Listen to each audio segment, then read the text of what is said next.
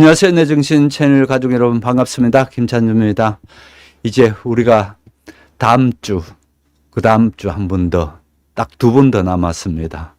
이 책을 끝내는 데 있어서 한마디로 벽돌책을 이제 마침내 끝내게 됐습니다. 1년 이상 걸렸더라고요. 제가 보니까. 1년 넘게 이렇게 꾸준히 와주신 여러분 너무 고맙습니다. 덕분에 이렇게 잘 끝내게 됐습니다. 마지막에 아무도 안 오면 저 혼자 살 수 없잖아요. 저 혼자 하는 건 의미가 없잖아요. 여러분 와주셔서 이렇게 끝내게 됐습니다. 그 다음 끝나고 난 뒤에 뭘 할까? 여러 가지를 좀 생각하다가 벽돌책에 여러분이 너무 질렸을 것 같아서 요번은 한 200페이지밖에 안 되는 얄팍한 책입니다. 좋게 비교되죠? 이 책과 이 책. 하나는 거의 900페이지 되는 책이고 이건 200페이지밖에 안 되는 책인데요. 얄팍한 책이긴 한데 역시 해양소설입니다. 제가 의도적으로 계속해서 해양소설을 하고 있거든요. 예를 들어서 허클베리 핀의 모험, 미시시피 강을 쭉 타고 내려가면서 해양소설은 강소설이죠. 정확히 말하면은. 그러나 그것도 해양소설로 봅니다.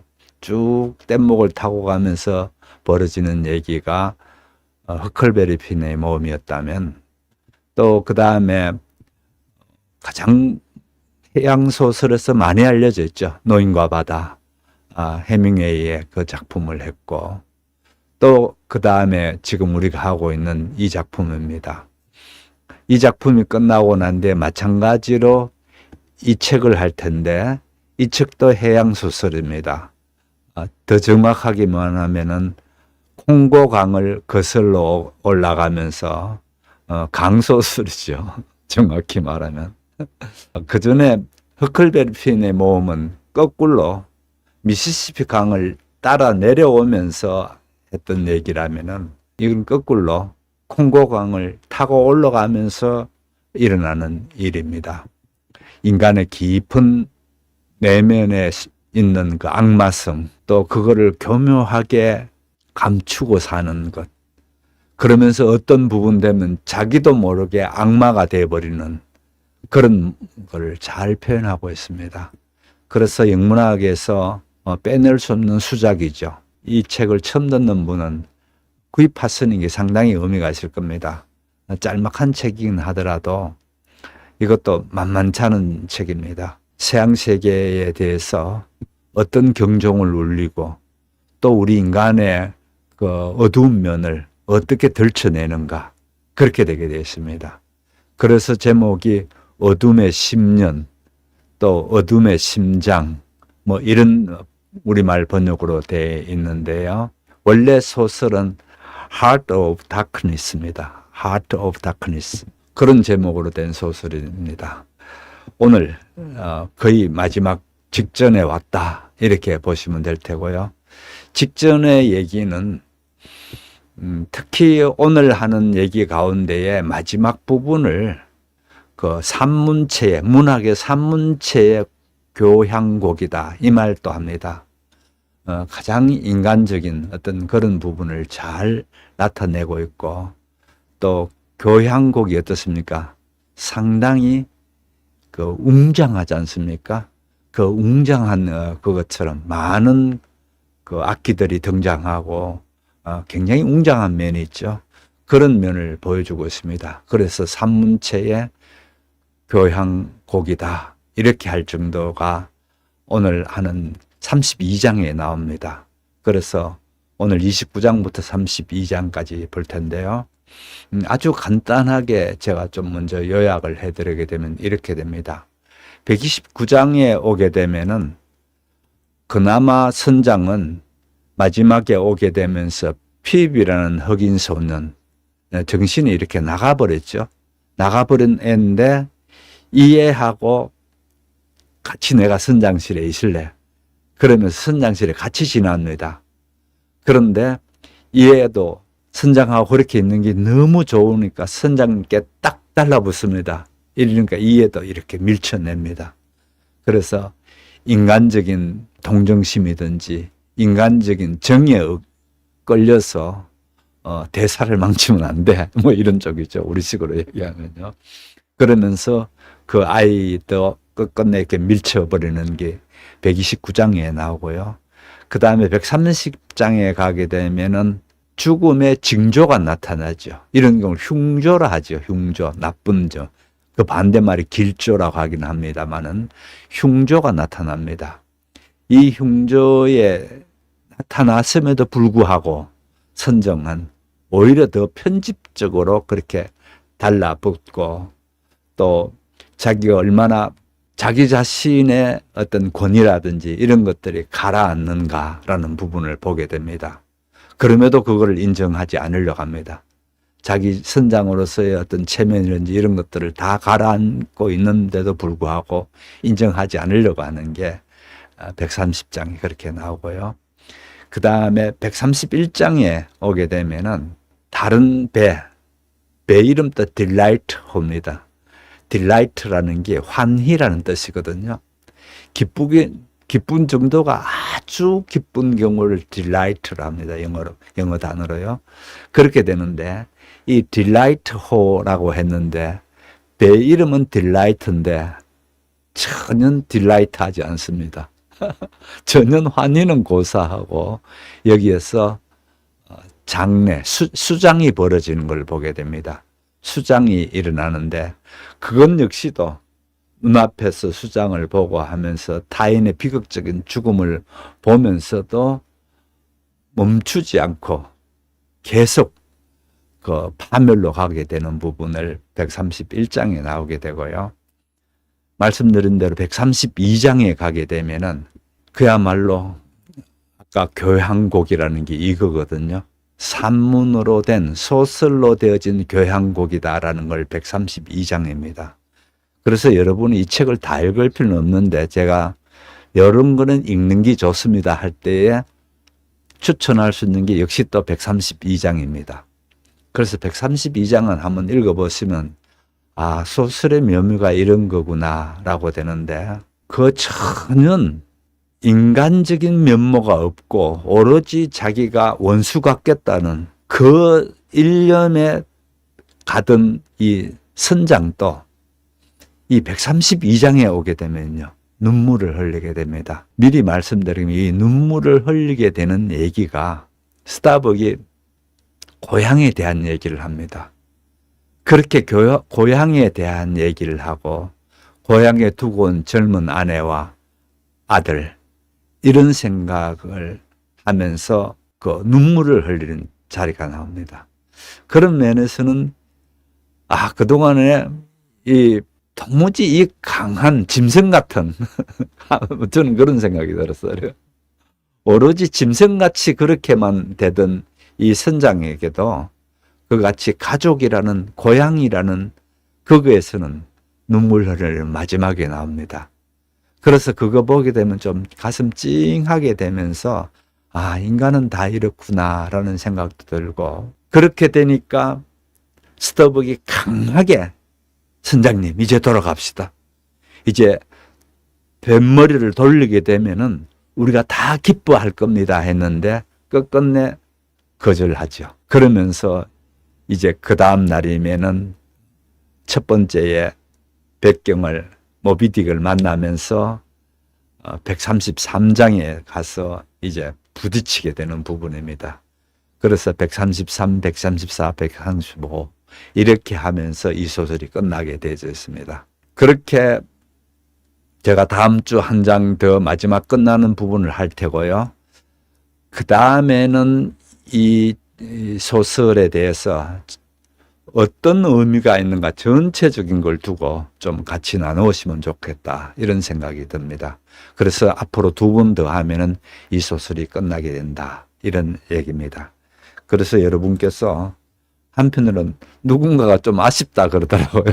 하도 오랫동안 해오다가 이 두꺼운 책 언제 마치나 하면서 기다렸던 분 같아요. 그러다가 이제 헤어지려니까 좀 섭섭하네요 라고 했어요. 다시 한번 읽어보십시오. 매우 달라질 겁니다. 저도 이 책이 너덜너덜 할 정도로 많이 읽었거든요. 그렇게 아마 한 3번 이상 읽었는 것 같아요. 그러니까 그러니까 구석구석을 이제 다 알게 되는 거죠. 참 의미가 달라지더라고요. 그런 식으로 꼼꼼히 읽으면 읽을수록 나오는 게 무진장으로 나옵니다. 그래서 여러분 또 그냥 가만 책꽂이에 못 써두지 마시고요. 짬짬이 한 번씩 꺼내서 이 긴 여정을 내가 어떻게 해왔는가를 보시게 되면은 정말 쌀이 되고 피가 되는 그런 책입니다. 자, 그래서 돌아와서 얘기해 보겠습니다. 계속 이러다가 다른 얘기만 할 것 같은데요. 이제 129장에 보면 선장실 이렇게 됐는데 선장실에서 있는 얘기를 이제 129장에서 얘기해 주게 되는데 무슨 뭐 선장실에서 뭐 좋은 일이 있었는 게 아니고 아까 말씀드렸다시피 그나마 인연을 끊고 나가는 자리가 이 선장실입니다. 이 흑인 핍, 참 흑인 핍도 참 안타깝죠. 안타까운 아이인데 어떻든 이 흑인 핍과 헤어지는 자리가 이 선장실에서 헤어지게 되는데 우선 이 소설의 형태를 한번 보십시오. 이같이 이렇게 지문이 딱 나오죠. 몇 번 말씀드렸습니다마는 이 소설을 쓴 허먼 멜빌은 무척 셰익스피어를 좋아했습니다. 그래서 셰익스피어 작품을 완전히 꿰뚫고 있습니다. 그 완전히 셰익스피어 작품을 다 꿰뚫으면서 생각에 미국인이라고 해서 왜 셰익스피어 같은 작품을 못 쓰나? 이런 거에서 출발되는 겁니다. 대단하죠. 그러면 영국은 어느 정도로 셰익스피어를 귀중하게 생각하는가 하면은요. 영국 땅과 셰익스피어 작품 둘 중에 하나를 선택하라 그러면 우리는 셰익스피어를 선택할 거다. 이 얘기입니다. 와, 대단하지 않나요? 영국이라는 그 땅, 그 나라하고 그 다음에 셰익스피어 작품을 선택하라면 우리는 셰익스피어를 선택하다. 아마 영문학 가운데서 타의 추종을 불허할 정도의 작품이 셰익스피어 작품들이죠. 여러 작품이 있습니다만은 어떻든 주로 여기서 리어 왕이 많이 나오고요. 오늘 맥베스에 대한 얘기도 나옵니다만은 어떻든 셰익스피어 작품을 굉장히 본인이 좋아했고요. 나도 그 같은 작품을 쓰겠다 해서 정말 역작을 힘을 들어서 썼는데 불행히도 살아있을 때 이 책은 전혀 팔리지 않습니다. 완전히 그렇게 힘써 쓰는 책이 전혀 팔리지 못하면서 말년에 매우 가난에 허덕이다가 그렇게 죽습니다. 그러고 난 사후 50년이 지나고 난 뒤에 이제 사람들이 주로 제일 먼저 문학평론가들이 이 소설이 대단한 작품인데 전혀 언급되지 못했다. 이렇게 됩니다. 왜 그런가 하면 이 소설이 이렇게 두꺼운 소설이 소설 문학 부분에 있지 않고요. 해양 쪽에 가 있었습니다. 그러니까 해양 쪽에 가 있으니까 이 해양 쪽 코너에서 누가 이 어려운 책을 볼라 하고 해서 보지 않죠. 그렇게 분류도 잘못됐고 당시의 사람들이 문학이라는 걸 제대로 이해를 하지 못하는 바람에 이게 고래 잡는 책인 줄 알았어요. 여러분 이게 고래 잡는 책입니까? 여러분께 누가 고래 잡는 책이라고 하면 절단 날겠죠. 그죠? 전혀 그게 아니지 않습니까? 그러다 보니까 이 책이 해양 쪽에 있었고 문학 쪽에 있지 않았다는 겁니다. 그러다 보니까 더더욱 읽혀질 수가 없었죠. 그 이후부터 이제 문학평론가들의 계속 얘기가 되면서 오늘날 가면 갈수록 저는 계속해서 그럴 걸로 봅니다. 가면 갈수록 이 소설이 우리 인류에게 미치는 영향이 가면 갈수록 커지지 않을까 이런 생각을 하게 됩니다. 아무튼 얘기가 돌아와서 그래서 셰익스피어를 워낙 좋아했기 때문에 이 소설을 쓸 때에 군데군데서 이같이 지문을 갖다 넣습니다. 지문은 연극에 나오는 거죠. 여기에 지문이 이렇게 된 거는 연극에 나오는 건데 이 연극에 나오는 지문처럼 지문을 넣어놨더라 이 얘기입니다.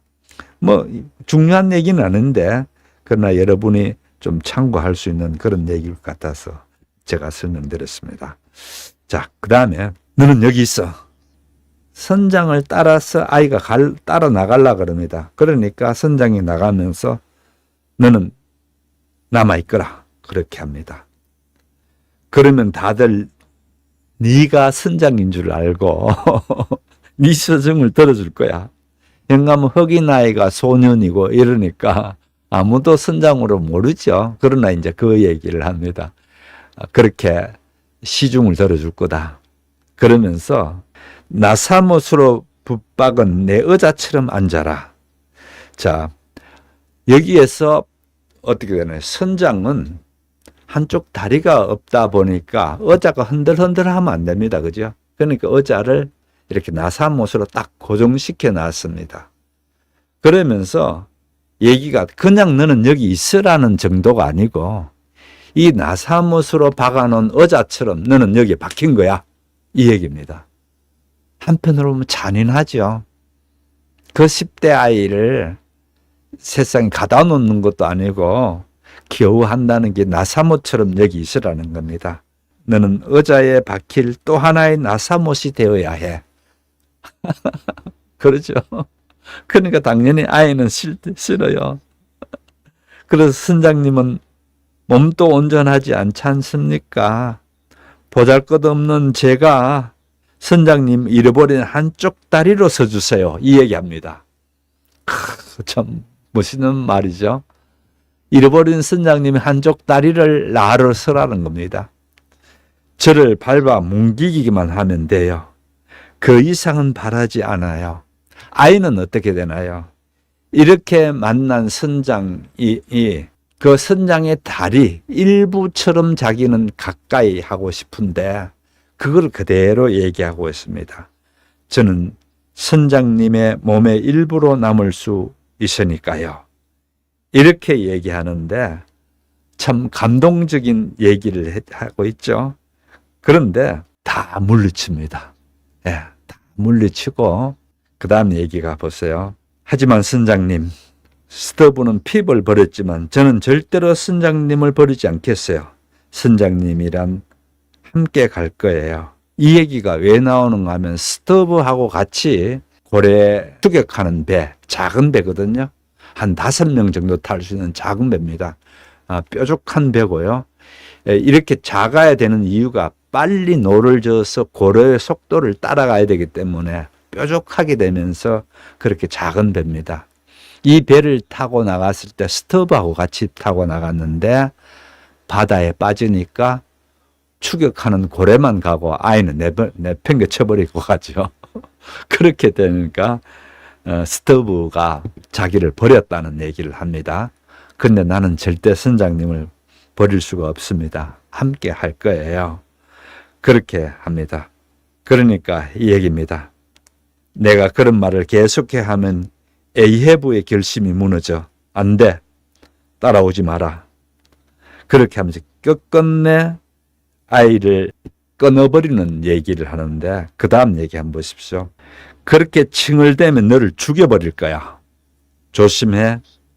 에이헤브 역시 미치광이니까 귀를 세우고 잘 들어. 그러면 너는 내 고래뼈 다리가 가판 위를 걷는 소리를 찾게 될 테고 내가 거기 있는 것을 알게 될 거다. 이제 나는 가봐야 해. 손을 이리 다오. 그러면서 아이하고 마지막 악수를 나누게 됩니다. 여기에서 역시 그동안 우리가 봤던 선장답게 죽여버린다고 그러죠. 계속 따라 나오면 널 죽여버릴 거다. 그러면서 그 다음에 이 얘기입니다. 내가 미치광이다. 그렇죠? 내가 미친광이기 때문에 너를 죽여버릴 수도 있어. 이 얘기입니다. 그러면서 너는 단지 이 밑에서 영감은 위에 갑판이거든요. 갑판이니까 선장실에 이 선장이 위에 갑판 위를 걷게 되면은 발소리, 일반인은 발소리가 안 날지 모르지만은 이 나무 다리로 된 걸 걷게 되면 발소리를 들을 거다. 그 발소리 듣는 걸로 만족해라. 그렇게 하면서 아이와 헤어지는 자리입니다. 그래서 우선 여기에서 보시게 되면은 선장이라는 사람이 갖게 되는 비인간적인 모습, 그렇지 않습니까? 언제는 아이 보고 나하고 같이 있자. 너는 선장실에 나하고 같이 있어 하면서 아이가 너무 정들고 이렇게 되니까 그 아이를 심지어 죽여버릴 수도 있어 이러면서 그 아이를 내팽개치우면서 버려버리고 나가죠. 그러면서 그 아이 보고 하는 얘기가 너는 이 자리에서 마치 고정시켜놓은 의자처럼 너는 이 자리에 있을 거다. 이 얘기합니다. 여기서 또 당시에 이런 걸 볼 수가 있습니다. 특히 19세기 중반 이 소설이 1851년에 발표되거든요. 이 소설이 발표될 때에 미국이나 영국이나 할 것 없이요. 노동자, 공장에서 일하는 노동자는 사람으로 안 봤습니다. 그냥 생산하는 기계처럼 그렇게 본 겁니다. 그래서 사람으로 보지 않는 그거를 그대로 비판하고 있습니다. 아이가 그냥 있으라고 그렇게 하든지 뭐 가두든지 그래야지 마치 의자처럼 붙박이로 잠겨 놓겠다 이 얘기하지 않습니까? 이게 바로 윗사람들이 아랫사람을 대하는 자세거든요. 그런 자세를 그대로 지금 얘기하고 있죠. 그러나 이 버림받는 핍은 참 안타깝게 그 다음 얘기가 이럽니다. 오 선장님, 오 선장님, 내가 정말 맥이 빠져요 하는 그런 아이의 얘기가 계속 나오게 되는데요. 아무튼 이렇게 129장에서는 인간의 따뜻한 어떤 온정, 인간이면 사람이 만나가지고 주고받는 온정이 있잖아요. 그 온정을 어떻게 하면 자기가 고래에게 원수를 갖겠다는 이것 때문에 다 끊어버리죠. 다 꺼내버리고 나가는 부분이 129장이었습니다. 그 다음에 130장을 한번 볼게요. 지금 에이헤브는 오랫동안 광범위한 준비 항해를 마치고 다른 고래잡이 어장들을 남김없이 순회한 끝에 적절한 장소와 자신의 원수를 좀 더 확실히 죽을 수 있도록 바다 한 구석 완전히 몰아넣은 것처럼 보였다. 게다가 그러니까 결국은 에이헤브는 지금 어떻게 했다는 거죠? 오랫동안 항해를 하고 오랫동안 다른 고래잡이들을 어장을 남김없이 순회한 끝에 이제 적절한 장소에 와서 이제 고래를 잡을 수 있도록 한쪽 구석에 완전히 몰아넣은 것처럼 보였다는 겁니다. 그는 지금 고통스러운 상처를 입은 바로 그 위도와 경도에 와 있었고 이 얘기입니다. 40년 전에 자신이 바로 이 위도와 경도에서 백경한테 다리가 물리면서 한쪽을 다리를 잃어버렸던 그 얘기를 하고 있습니다. 그래서 고통스러운 상처, 바로 그 위도와 경도에 지금 와 있고 그 전날은 모비딕을 실제 만난 배로부터 소식을 들었다. 모비딕을 봤다는 겁니다. 여기에서. 지금 만난 다양한 배들로부터 얻은 정보를 비교 검토해 보면 흰고래는 어느 쪽이 먼저 공격했든지 간에 악마처럼 냉담하고 무차별적으로 사냥꾼을 파멸시키는데 의견이 완전히 일치했다. 그 흰고래를 만나본, 모비딕을 만나본 사람들의 의견 일치가 뭡니까? 무차별적으로 사람을 공격하더라. 이제 이런 얘기입니다. 그렇게 하면서 여기에서 어떤 불안감을 느낀다는 것보다는 이런 겁니다. 그 다음 한번 볼게요. 기쁨도 슬픔도 희망도 두려움도 이제는 모두 에이헤브의 강철 같은 영혼이라는 절구에 찌어넣어 아주 고운 가루가 되어버린 것 같았다. 그러니까 어떻게 했다고요? 모든 것은 에이헤브 선장이 갖고 있는 강철 같은 영혼이라는 절구가 있다는 거예요. 그 절구에 다 이 사람들의 것들을 여기서 다 찧어버려서 그저 고운 가루가 됐다. 이 표현입니다. 표현도 참 재밌죠. 예.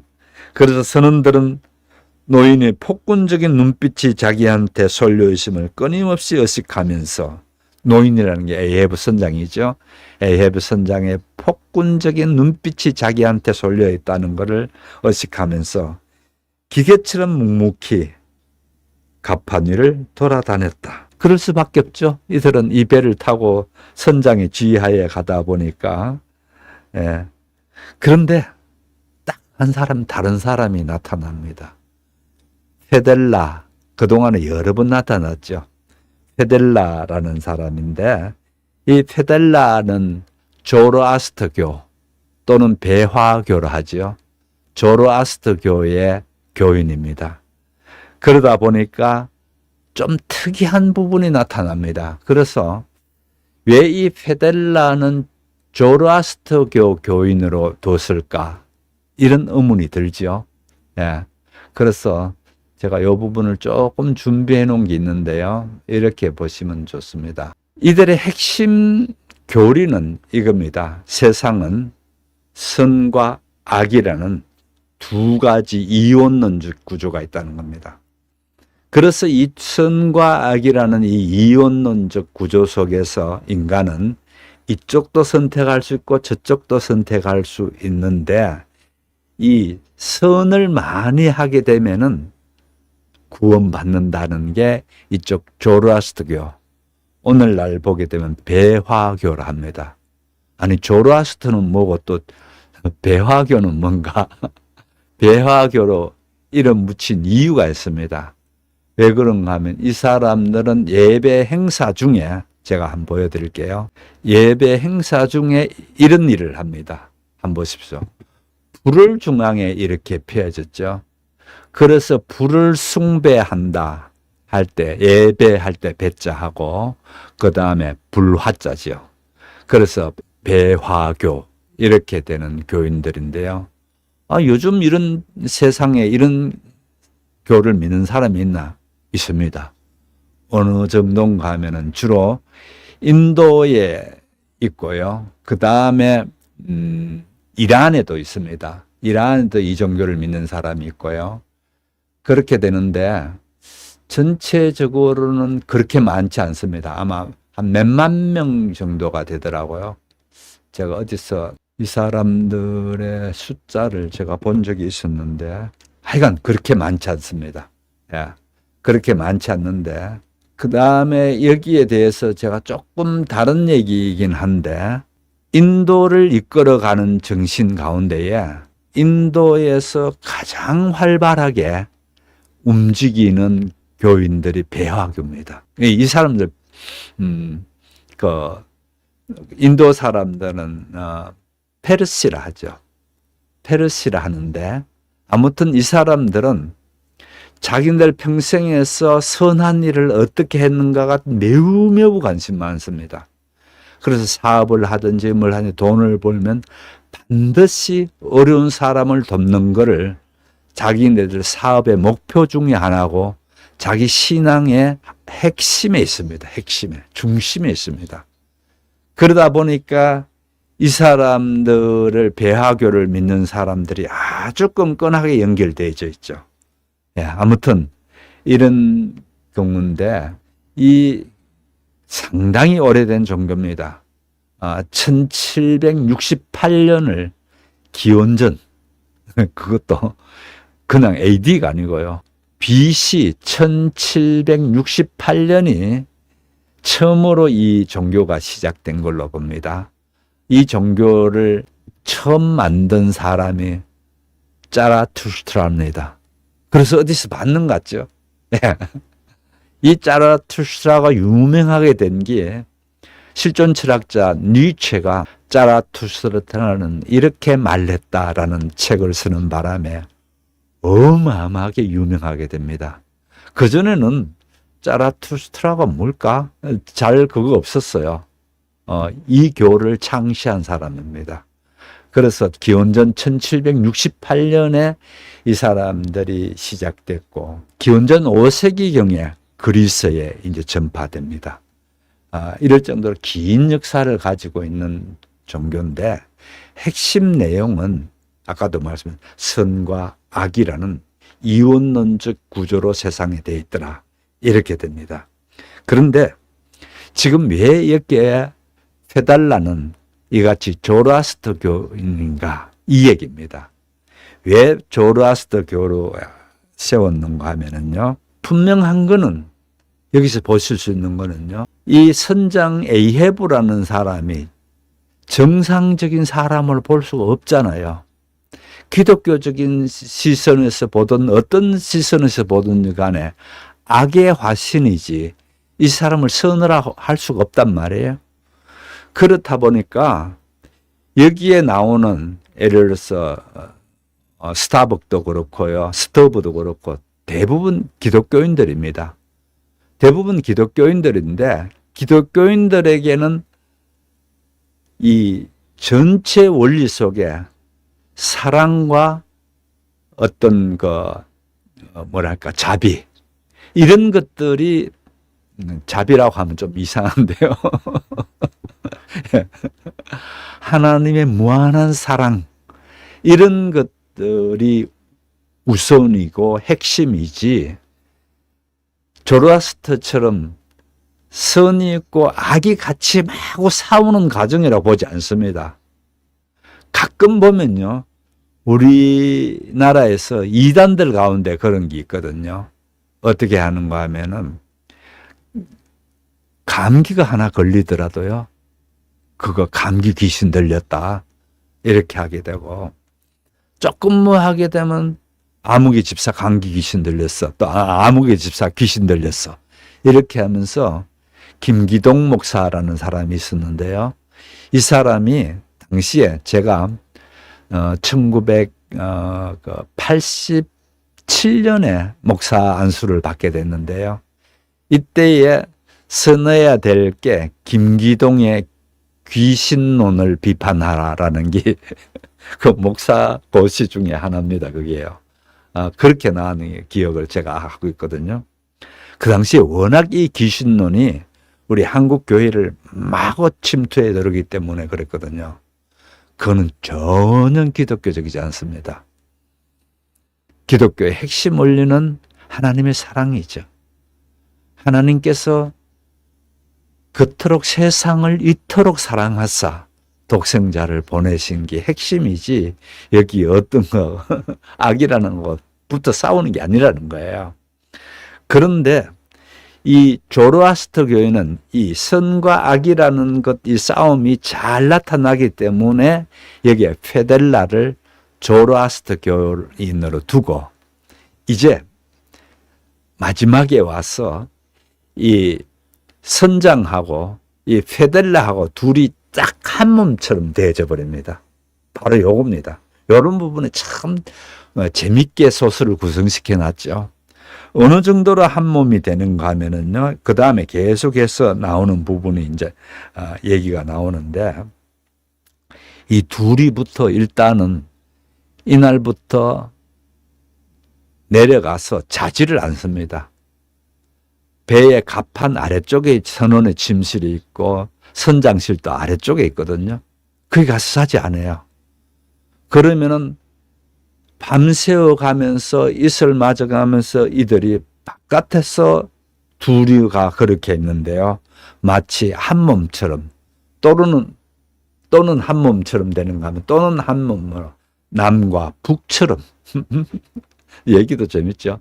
한쪽은 남이고 한쪽은 북처럼 그렇게 갑판에서 그렇게 하는 모양을 보여줍니다. 그렇게 하면서 결국은 이들이 영이라는 측면에서 악령에 사로잡힌 형태로 하게 되는 거죠. 예. 그렇게 하면서 보십시오. 이렇게 됩니다. 밤이건 낮이건 선원들이 갑판 위에 올라가면 그곳에는 반드시 에이헤브가 나와 있었다. 그는 회전축 구멍에 다리를 꽂고 있거나 언제나 변함없는 두 지점, 주돛대와 뒷돛대 사이를 정확하게 오락가락하고 있거나 선장실로 통하는 성강구에 서 있거나 했다. 그럴 때에 그의 살아있는 발은 지금 막 가판을 내디딘 것처럼 앞으로 내밀어져 있었다. 모자는 눈을 덮을 만큼 무겁게 눌러서고 있었다. 그러면서 선장이 예를 들어서 선장실에 가서 뭘 가져와야 될 건 지가 가지 않고 다른 사람을 시킵니다. 아마 핍하고 선장실에서 부딪히게 되면은 핍이 또다시 달라붙을까 봐 그랬겠죠. 그럴 줄은 선장실을 내려가지 않습니다. 밤이고 낮이고 안 내려가면서 있는데 이때에 그야말로 찰떡같이 딱 달라붙는 게 페델라라는 겁니다. 그래서 페델라하고 어떻게 붙는가를 지금 여기서 계속 보여주고 있습니다. 그래서 뭐 너무 세부적인 건 빼고요.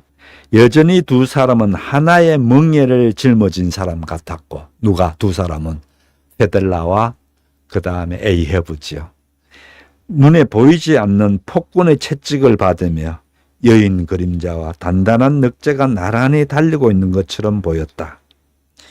이 배화교도가, 배화교도라는 게 아까 말씀드렸죠. 조로아스터교라 했죠. 이 배화교도가 실제로 어떤 존재든 확실한 실체를 갖춘 에이헤브는 완전히 늑골과 용골로만 이루어져 있기 때문에 늑제와 용골이라는 것은 배를 이루는 뼈대들입니다. 자, 배가 보게 되면 이렇게 되죠. 이렇게 선으로 됐다면은 이게 지금 용골입니다. 이렇게 된 것. 그 다음에 횡으로 이렇게 둥둥 되죠. 이렇게 된 거를 늑제라 합니다. 그래서 어떻든 뭐 중요한 거는 다 빼고 뼈다귀 배의 뼈다귀처럼 이들은 이렇게 있더라라는 부분인데 이때에 이 얘기를 합니다. 망루에 인원을 배치해라. 그리고 황혼이 진 뒤에도 매 시간 똑같은 목소리로 뭐가 보이나? 정신 똑바로 차려 하면서 소리를 지릅니다. 그러니까 망루에 당번들이 올라서서 뭐가 보이나 이제 보는데 이 사람들을 이제 못 믿어 하는 겁니다. 자, 마지막에 망할 때가 되면은요, 꼭 이런 현상이 벌어집니다. 그래서 망할 때는 와르르 망하게 되어 있었습니다. 이게 히틀러가 망할 때도 그랬고 모든 독재자들이 망할 때는 누구를 믿지를 못합니다. 그래서 여기서도 보면은 선장은 이렇게 됩니다. 틀림없이 이 자들이 제대로 위에 올라가서 아래를 보면서 제대로 근무를 하지 않는다고 믿지 않습니다. 그렇게 하면서 그렇게 못 믿으니까 그러면 내가 이제 저 위에 올라가겠다는 겁니다. 선장이 직접 올라가겠다는 겁니다. 그런데 그 선장이 올라갈 때에 이 사다리처럼 타고 올라가야 되는데 한쪽 다리가 없는 사람이 그 긴 타고 올라갈 수가 없잖아요. 그러니까 이 얘기를 합니다. 제일 끝에서 도레를 달고 여 밑에서는 이 바구니처럼 된데 거기가 자기가 들어갑니다. 그렇게 들어가서 여 밑에서 도레를 선을 잡아당기게 합니다. 하고 잡아당기면 도레가 점점 올라가서 선장이 저 위에까지 올라갔겠죠. 망루까지 올라갔죠. 망루에 올라갔으면은 한쪽은 이쪽 발은 망대가 있는 그쪽에 두고 한쪽은 이쪽에 몸을 두고 있으면서 이게 밑에 있는 데서 그 끈을 잘라버리든지 그러면 그냥 떨어지게 되지 않습니까? 그러니까 못 믿을 것 같으니까 스터벅한테 내가 저기 올라갈 테니까 너는 밑에서 이거를 내 지시가 있으면 내려달라면 내려달라 그러고 이걸 잘 잡고 있어라. 그 얘기를 해줍니다. 그래서 스터벅은 그걸 받아서 이제 묶어 놔놓고 그렇게 기다리고 있죠. 선장이 뭐라고 하는가에 따라서.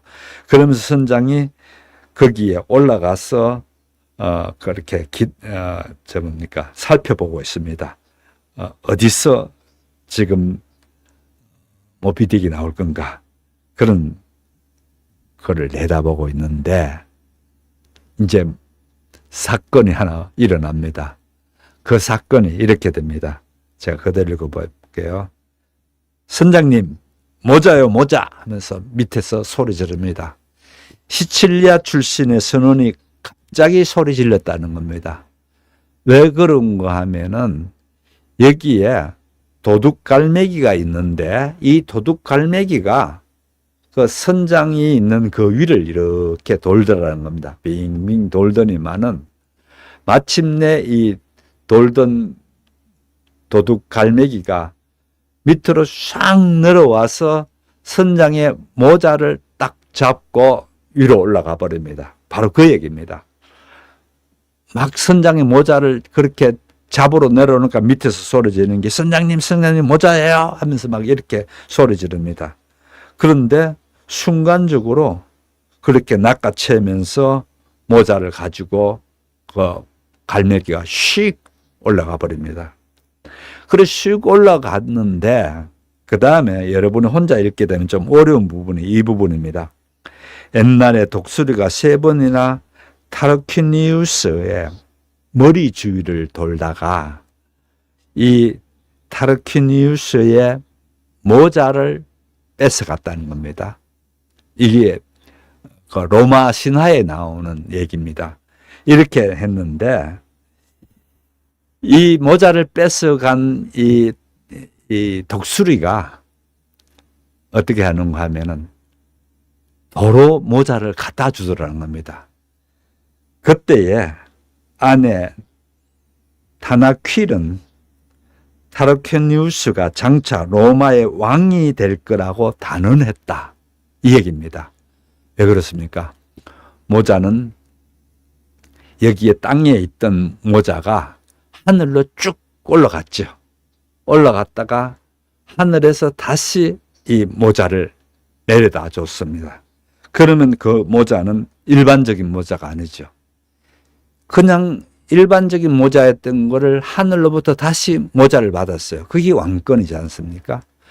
그 신화를 알고 있는 이 멜빌은 여기다가 교묘하게 뭐를 배치시키는가 하면 도둑까마귀, 그 도둑까마귀, 독수리 대신에 독수리가 그같이 태평양 한가운데는 없단 말이에요.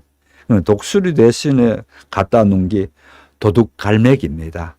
그런데 도둑갈매기가 선장에 그걸 뺏어가는 거는 맞았는데 그 다음 문제는요. 저 멀리 가서 떨어뜨려 버립니다. 바다에 떨어뜨린다고요. 결국 뭘 상징할까요? 무슨 복선을 깔고 있나요? 니 죽는다는 거죠.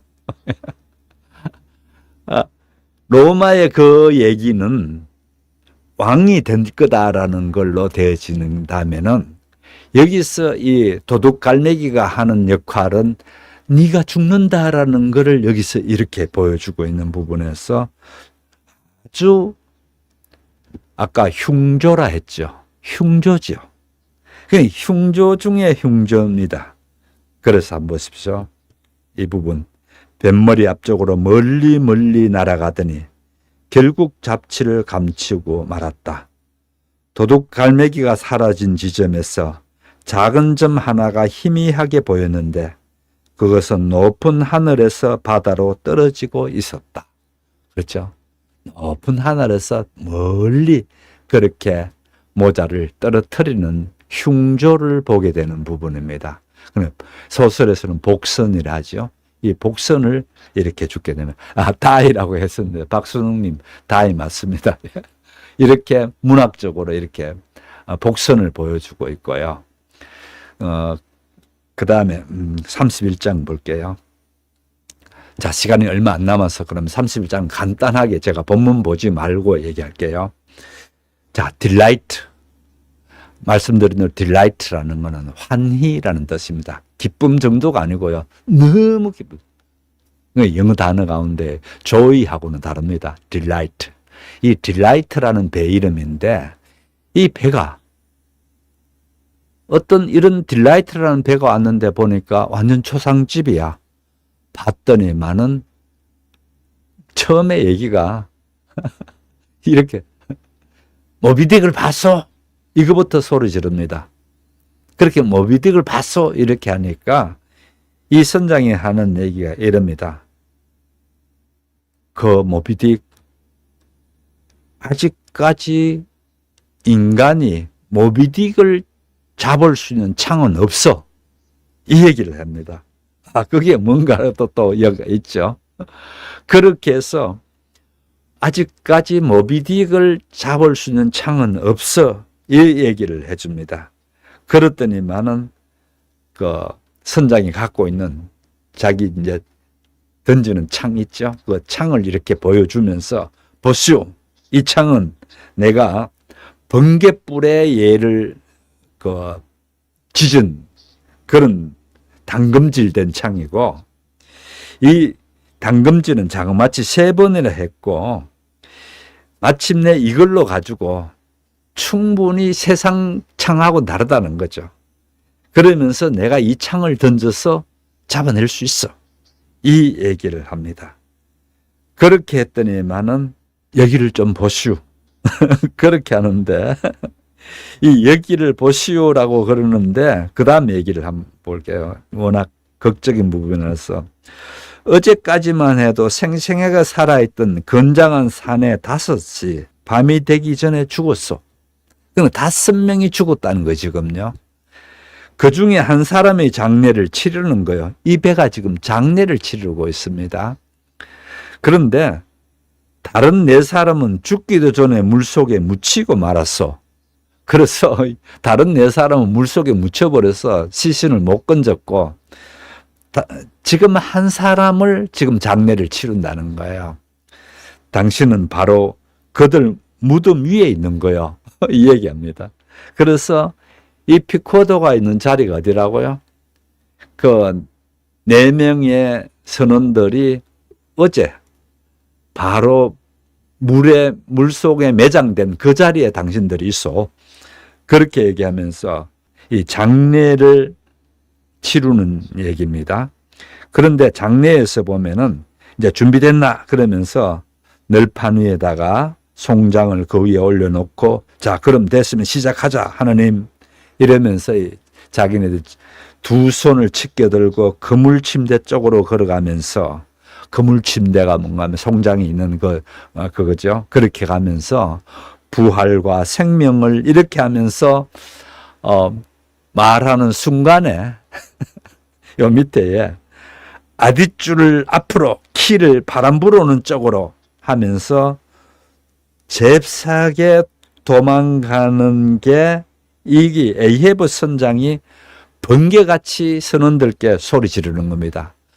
그러다 보니까 갑자기 이 배가 획 그렇게 방향을 틀어가지고 바람 부는 쪽으로 가버리다 보니까 장례 치르던 이 시신이 그냥 바다로 푹 떨어지면서 그냥 물속으로 풍덩 떨어지더라. 이 얘기입니다.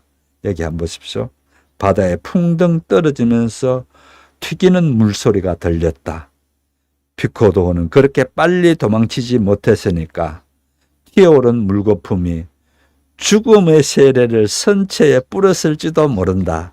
이 표현도 참 재밌죠? 죽음의 세례를 선체에다가 뿌렸다는 겁니다.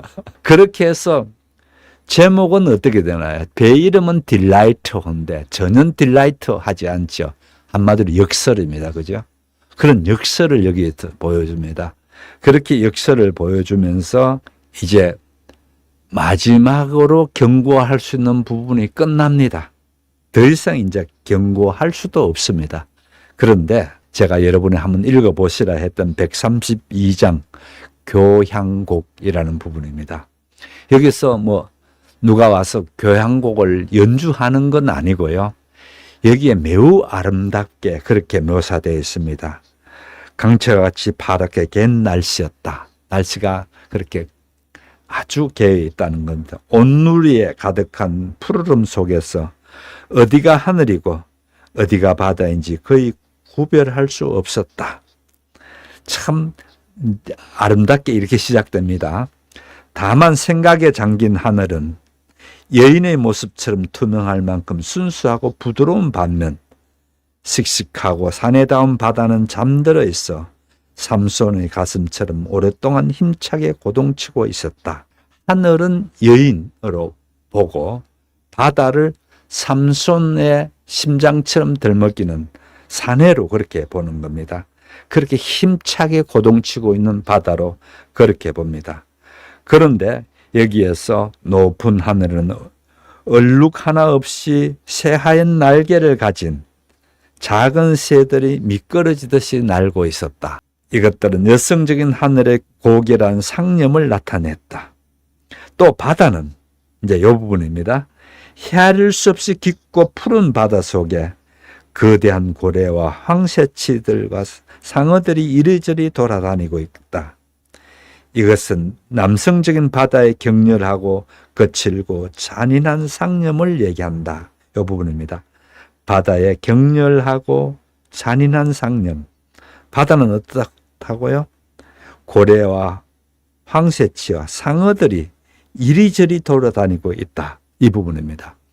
이것도 당시에 어떤 묘사를, 자연을 묘사하는 것 같지만은요, 이 묘사가 상당히 당시 시대를 비꼬고 있습니다. 왜 그런가 하면은 당시에 미국 사회에 갖고 있던 낭만주의적인 사조. 그러니까 낭만주의라는 건, 자연이라는 것은 항상 조화롭고 자연이라는 건 아름답고 자연이라는 건 우리 인간에게 너무 고마운 존재야. 이렇게 되는 게 랄프 에머슨 같은 사람들이 주로 이제 그런 시를 많이 썼죠. 미국에 그런 주류가 있었습니다. 그렇게 했는가 하면은 또 미국 그 전에 소설가든지 특히 이제 작품하는 사람들이 초월주의라는 게 있었습니다. 그 초월주의라는 것도 마찬가지입니다. 이 자연에 이같이 드러는 뭐 풍랑이 있고 뭐 하죠, 당연히. 그러나 그것을 초월해서 자연은 좋은 것만 있다고 하는 게 미국의 주된 흐름이었습니다. 그거에 대해서 멜빌은 참 순진하다. 정면으로 그럽니다. 하늘은 이렇다고 여성적인 걸 얘기했죠. 밑에 바다를 얘기하면서 사실은 그 바다 밑에는 고래, 황새치, 상어들이 이렇게 따르면서 서로 잡아먹으려고 하는 이런 것들이 있는가 하면은 바다는 매우 격렬하고 거칠고 잔인하다. 이런 얘기를 해주면서 당시의 시대상을 갖고 되는 그런 문학적인 흐름에 대해서 정면으로 이거 아니야. 이 얘기입니다. 그런 면에서 이 고전이 갖고 있는 힘이 대단한 거죠. 정말 대단한 겁니다. 그런 거를 여기서 얘기해 주고 있는 겁니다. 그래서 이 부분이 무척 아름답게 계속해서 얘기가 나옵니다. 자연이 너무 아름다운 겁니다. 그래서 이 부분부터 볼게요. 그 찬란하고 행복에 가득 찬 공기, 그 상쾌한 하늘이 마침내 그를 어루만지고 쓰다듬어 주었다. 그렇죠? 그렇게 이 아까 아름답게 된 상황들을 봤죠? 이렇게 되어졌는데 이렇게 된 거기에 오랫동안 그렇게 잔인했고 가까이 하기도 어렸던 계모 같은 세상이 이제 자유로운 두 팔을 벌리고 고집센 목을 끌어안고 아무리 잘못을 저지르고 제멋대로 구는 자식일지라도 구원하고 축복할 수 있다는 데 그를 껴안고 기쁨의 눈물을 흘리는 것 같았다. 그러면서 에이헤브는 먼저 이 자연에 대해서 깊이 눌러선 모자 밑에서 바다로 눈물 한 방울을 떨어뜨렸다. 더 넓은 태평양도 그 작은 눈물 한 방울 같은 보물을 갖고 있지 않았다. 자, 에이헤브의 눈물을 뭐라고 했나요? 보물이라고 했죠. 이게 상당히 의미 있는 겁니다. 이때까지 에이헤브가 이런 부분을 보여주지 못했잖아요. 이제 비로소 에이헤브가 인간다운 어떤 부분을 보여주는 한 방울의 눈물을 두고 이 넓은 태평양에 한 방울 눈물이 마치 보물 같은 거다. 이 얘기를 합니다. 그러면서 고요한 바다 한복판에서 진심으로 그렇게 흐느끼고 있을 때에 스타벅이 이제 옵니다. 스타벅. 예, 선장님. 하면서 얘기합니다. 얼마나 잔잔하고 부드운 바람인가. 얼마나 포근한 하늘인가. 이러면서 자기 얘기를 합니다. 내가 고리잡이 나선 지 40년 됐지. 40년 동안 이 폭풍우 속에 지냈고 냉혹한 바다에 살았지. 그러면서 처음으로 자기 인생에 대한 얘기도 합니다. 자기가 결혼을 못하고 있다가 가론늦게 아내를 하나 50살이 넘어서 얻은 소녀 같은 아내가 있다는 겁니다. 그 소녀 같은 아내는 저 바다 너머에 있지. 내 아내라고. 내 아내라기보다는 생가부지. 아, 스타벅. 나는 그 가엾은 처녀를 결혼과 동시에 과부로 만들었지. 이렇게 자기 아픔을 그대로 얘기해 줍니다. 그렇게 하면서 지금 가장 인간적인 자리가 됩니다. 그래서 마지막에 돌아가자고, 돌아갑시다. 그 얘기가 나오는데요. 그런데 결국은 돌아가지 않습니다. 네. 제가 132장을 한번 여러분 읽어보십시오. 이 작품이 산문으로 되어진 교향곡이다 할 만큼 이렇게 처음에 웅장한 자연을 얘기하면서 또 인간의 이런 부분 또 얘기하면서 결국은 모든 것을 포기하고 마지막 마치 송장처럼 창백한 모습으로 마지막을 그렇게 끝나는 그런 부분입니다. 그래서 페델라조차도 같은 난간에 기댄 채 꼼짝하지 않고 바다를 내려다보고 있었다. 마지막 문장이 이렇게 됩니다. 페델라 같은 난간에 기댄 채 꼼짝도 하지 않고 바다를 내려다보고 있었다. 이러면서 132장이 끝났습니다. 자, 우리가 다음 주부터는 바로 이제 고래를 모비딕을 사냥하는 그런 장면이 3개의 장에 나옵니다. 이 3개의 장을 다음 주에 보고 그 다음에 그 다음 주에 한 번 더 하는 걸로 그렇게 하겠습니다. 왜 그런가 하면은 이 소설의 에필로그니까 에필로그를 한번 봐야 되거든요. 그래서 에필로그도 보면서 다른 이 소설이 어떤 의미가 있었는가 그런 부분을 또 말씀드리도록 하겠습니다. 오늘 함께해 주신 여러분 대단히 감사합니다.